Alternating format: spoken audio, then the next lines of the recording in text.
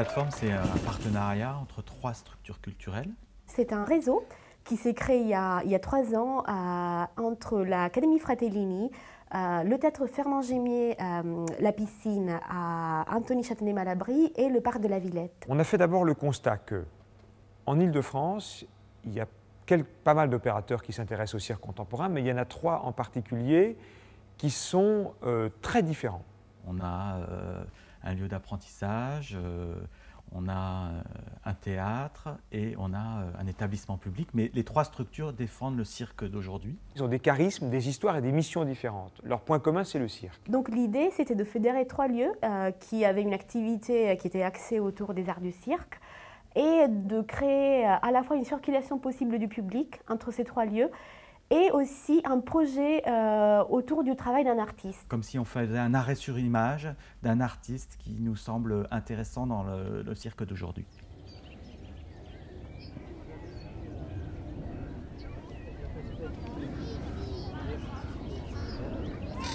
On va commencer avec du retard, sans doute 10 minutes, voire peut-être un petit quart d'heure. D'accord. Le temps que les gens arrivent. D'accord. Tu me dis si tu as besoin de moi pour un truc. Ce qu'on va voir ce soir, s'il ne pleut pas trop, c'est un objet qu'on a créé, Marie Fonte, qui sera l'interprète de ça, Goury, le scénographe avec qui on travaille sur à peu près tous les projets, et puis moi-même, un objet qu'on a créé pour rendre perceptible d'une énième manière un point qui m'intéresse énormément, qui s'appelle le point de suspension, ce moment où le corps n'a plus de poids.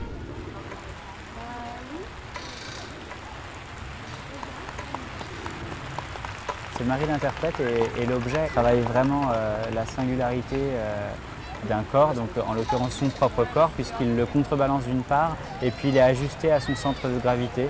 Donc c'est un objet qui a été fait à sa mesure.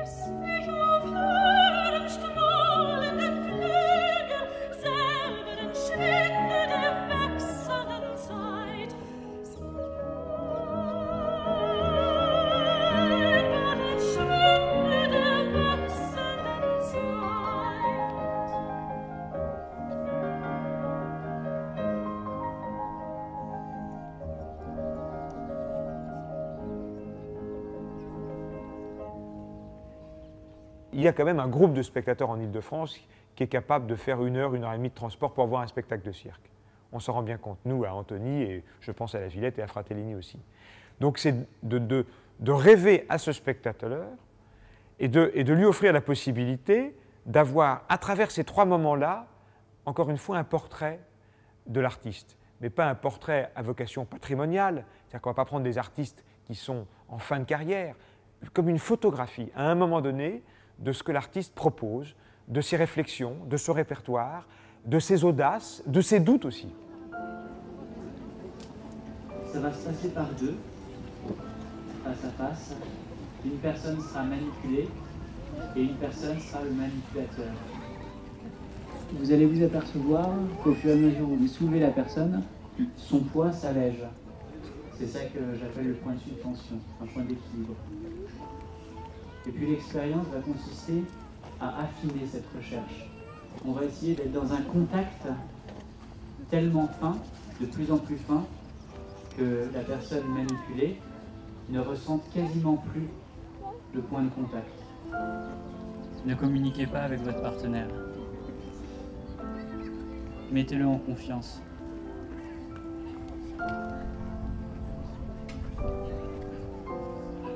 Et puis affinez.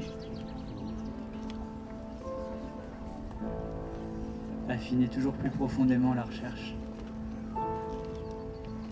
La proposition qui nous a été faite au niveau de Circus Plateforme nous a permis de présenter différents aspects du travail. Et une des spécificités de notre travail, c'est justement de chercher des rapports aux spectateurs variés, des modes et des régimes d'existence du spectacle différents. C'était très intéressant de travailler avec un artiste comme Johan, dans la mesure où c'est un artiste qui écrit beaucoup ses pièces de cirque. Et c'est assez rare, comme auteur de cirque d'aujourd'hui, d'avoir une écriture aussi précise du cirque contemporain. C'est un artiste qui nous semblait important, qui a une double origine. Il vient de la danse et il vient du cirque. Et je pense que c'était cette richesse de son parcours et aussi la profondeur de sa démarche de recherche artistique qui nous a tous touchés et qui nous a donné envie de l'inviter dans ce parcours. Et surtout, on a senti que c'était un artiste qui creusait quelque chose, qui inventait son langage, mais pas comme une chose figée, comme quelque chose qui allait vraiment l'ouvrir à autre chose. On sent que Johan, il est en mouvement vers quelque chose.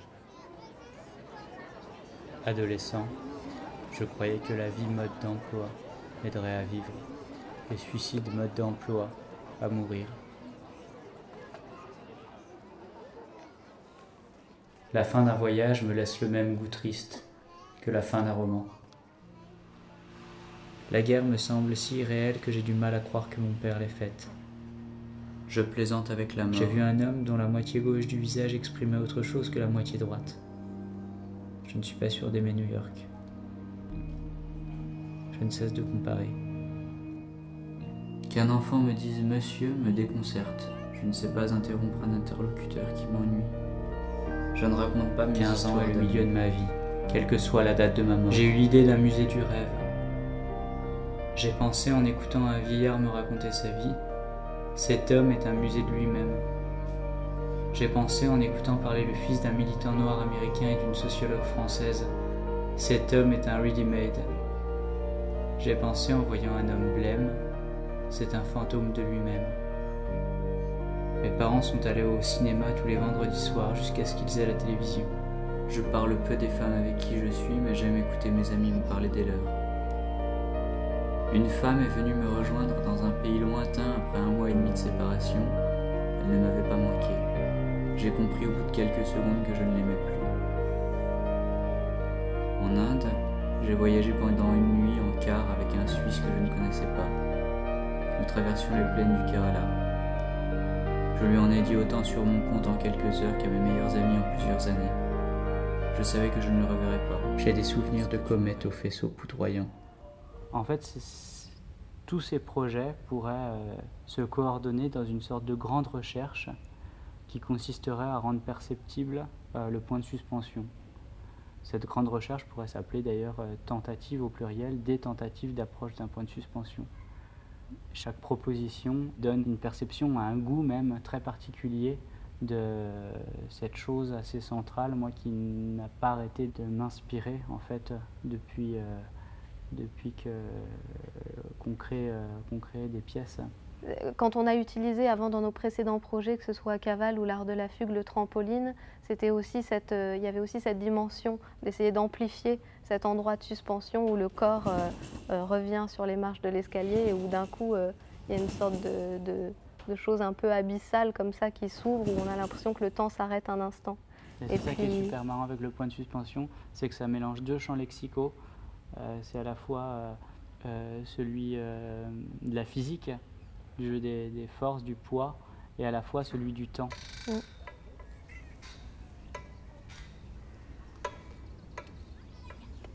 Le format même de ces courtes pièces-là permettent aussi de s'atteler à comme une dimension du point de suspension, on pourrait dire. Et donc la balance pour l'instant, alors ça nous donne plein d'envies différentes, mais là, tel qu'on l'a travaillé pour le moment, c'est vraiment donner à voir cette mécanique simple d'un contrepoids entre un corps et puis vraiment un poids mécanique, des kilos de fonte en face, et de voir comment le corps face à cette machine peut quand même rester organique. Je rigole parce que c'est des kilos de fonte en fait. Ouais, c'est ça. Quand j'ai dit ça, je me suis dit zut. En fait, on a rencontré ensemble Johan pour lui présenter ce partenariat de Circus Plateforme. Et ensuite, chaque lieu a pu avoir un échange direct avec lui pour définir qu'est-ce qui pourrait se passer dans chacun des lieux. Là, pour commencer, ça me plairait de réintroduire ce projet-là de transmission. Première chose. Deuxième chose, présenter les fugues, ce que c'est, comment c'est né. Puis troisième chose, dire comment on va s'organiser un peu pour travailler.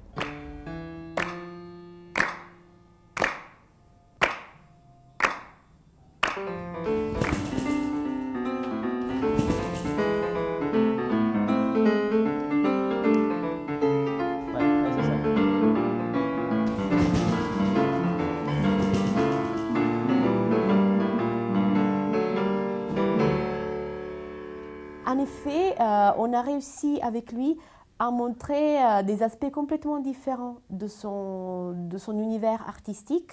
Donc, à l'Académie Fratellini, il a travaillé avec les apprentis sur une idée de transmission.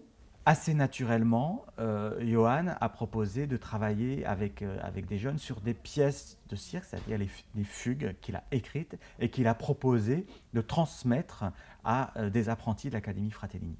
Ça a été la naissance pour lui de la notion de répertoire, au fond, qui est encore balbutiante, hésitante dans le domaine des arts du cirque.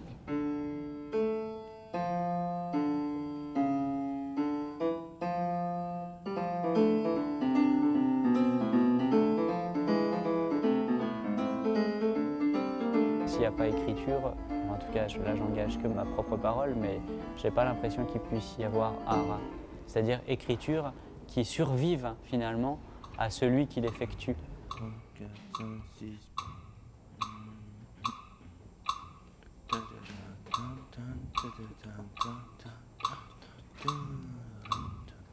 Ces petits numéros permettent de vivre la transmission d'une manière inédite.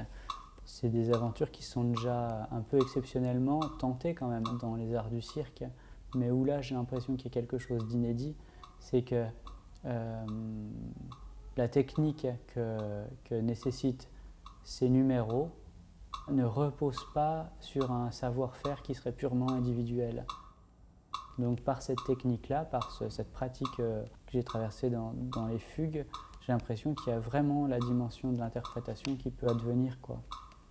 Parce que je pense que l'écriture tient sans moi. Et ça, c'est vraiment un beau cadeau de la part de Johan Bourgeois, puisque voilà, c'est un auteur qui décide de donner quelque part des pièces qu'il a écrites et interprétées à d'autres interprètes, qui plus est des jeunes interprètes en formation.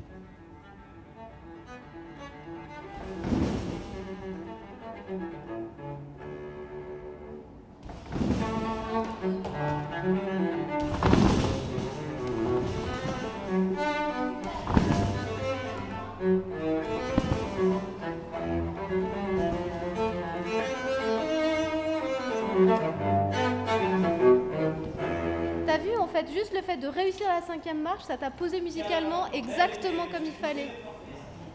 Mais ça veut dire que t'as la bonne énergie. 4, 5, 6, monte, voilà. 6, 5, 4, voilà, très bien. Ah, super, stop. Là, j'ai bien envie de redécomposer un peu plus loin encore le mouvement. Une fois que tu as fait ton... essaye d'arriver en équilibre sur un pied.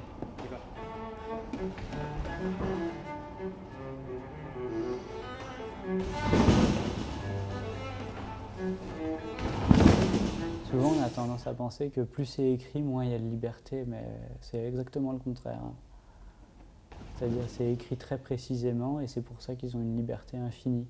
Mais elle se situe plus au niveau où on l'imaginait. La liberté, elle est à l'intérieur de quelque chose. Il faut que tu trouves ton propre feeling avec toutes les formes. C'est pas très grave si ça déforme un peu les miennes, tu vois. Le plus important, c'est que chaque forme soit une sensation. Il faut que tu trouves ta propre sensation à l'intérieur de chaque forme, qu'elle ait quelque chose de charnel. Il ne faut pas que cette partition-là reste froide. Tu vois ce que je veux dire? Sinon, c'est trop... L'idéal, c'est que ça devienne comme une partition musicale. Et une partition musicale, c'est pas intéressant si on l'effectue, il faut la jouer. Donc il faut absolument arriver à ce niveau qui serait joué avec l'écriture.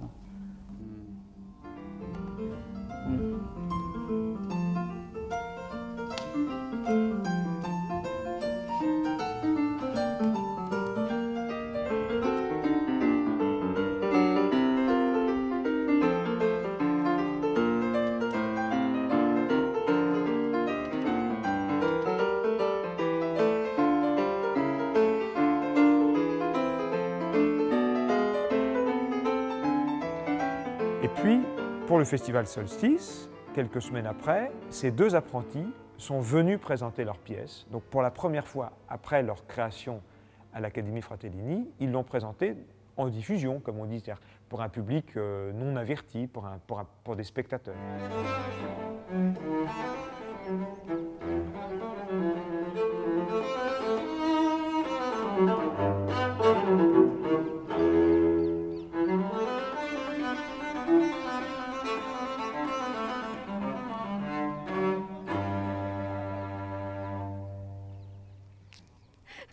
C'est la première hors de l'académie. Bah ouais. Ça c'est plutôt sympa dans le cadre de ce parc, c'est super joli. Et oui, j'ai quand même le trac parce que c'est pas mon numéro, du coup, je suis toujours... Voilà quoi. S'il y a un truc qui plante, je me sens toujours un peu coupable. Sinon ça va. On a imaginé avec eux une grande promenade de cirque dans les jardins de la Vallée aux Loups et autour de la maison de Châteaubriand. Il y avait des musiciens comme le joueur de flûte de Hamelin qui guidaient les gens, qui les entraînaient d'un endroit à un autre. On avait des haltes, des stations qui étaient représentées par ces artistes de cirque, dont les deux apprentis. Tu peux y aller quand tu veux.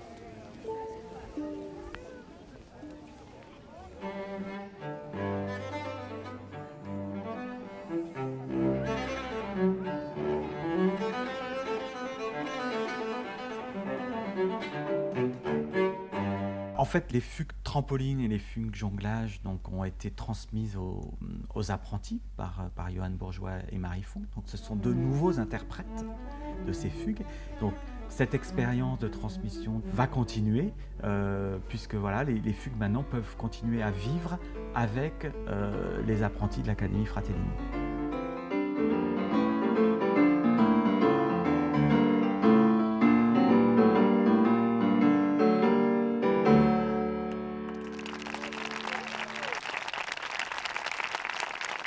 Et puis, troisième acte de cette photographie de travail d'un artiste à un moment de son histoire, c'était la programmation de Wu Wei à la Villette, le travail que Johan a fait avec des artistes chinois autour du théâtre, de la mémoire, du cirque, de la danse.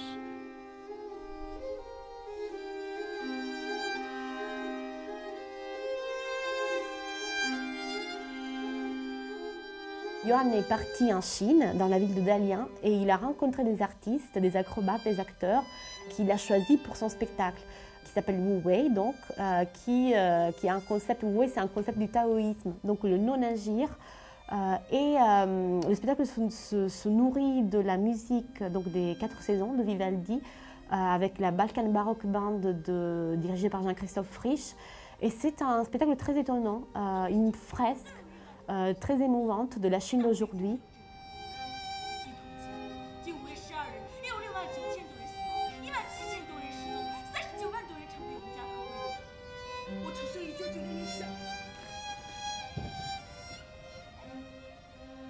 Dans Wu Wei, ce qu'on essaye de travailler, c'est, on pourrait dire, des sortes de scénettes, mais dans lesquelles on essaye de ne pas emprisonner un sens, mais plutôt d'ouvrir le sens. Et qu'il puisse y avoir une dimension peut-être polysémique de ce qui est en train de se passer au plateau. Et que, effectivement, c'est le spectateur qui finit du coup de donner le sens à chacune de ces petites scènes. Faut pas oublier que c'est un peu ridicule d'arriver comme ça. C'est un peu ridicule.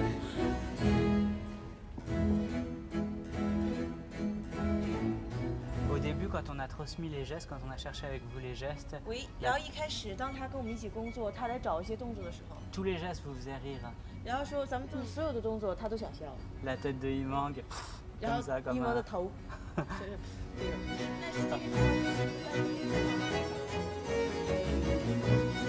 ，Ça le fait.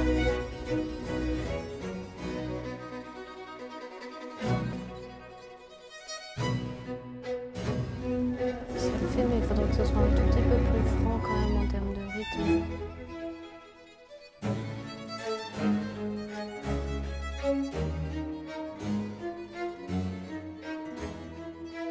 Je trouve qu'ils attendent trop avec les mains. Ah, raté. Moi, je viens plutôt du cirque.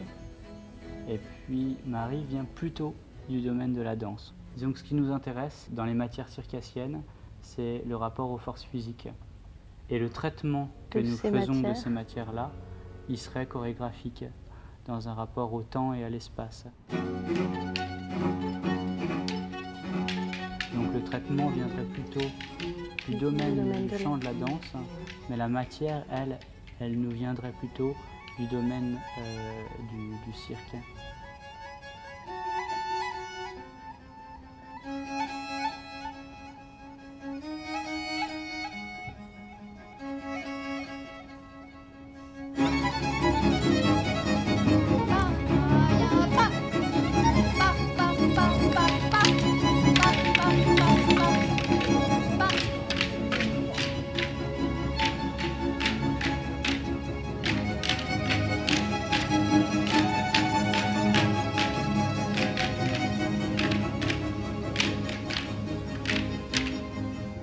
Ok, stop.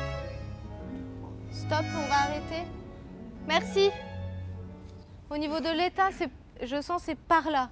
D'accord? Il ne faut pas que ce soit en dessous de ça. Je dois sentir que tu es repoussé. Tu vois, c'est la sensation. Et je sens que tu es qu'il n'y a pas de fragilité, que tu n'es pas en danger. Souvent, Johan apporte plus des choses du côté des intentions de jeu ou de la dramaturgie, et moi plus du côté effectivement de l'écriture dans le rapport musical. Et puis tu es plus sociable que moi aussi. C'est vrai que c'est moi qui gère beaucoup les répétitions, mais sous un regard éveillé de Johan.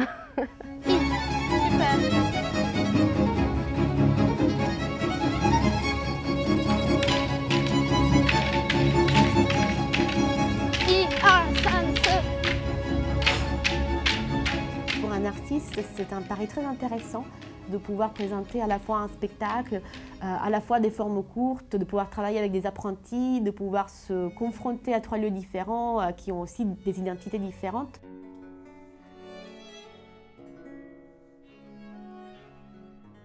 Et de cette manière, pouvoir montrer et pouvoir aussi se questionner sur les différentes facettes de son univers artistique. Donc c'est vraiment un éclairage presque à 360 degrés, une sorte d'hommage au cirque évidemment, qu'on fait d'une personne, d'un univers, d'un monde, oui, d'un artiste quoi, tout simplement.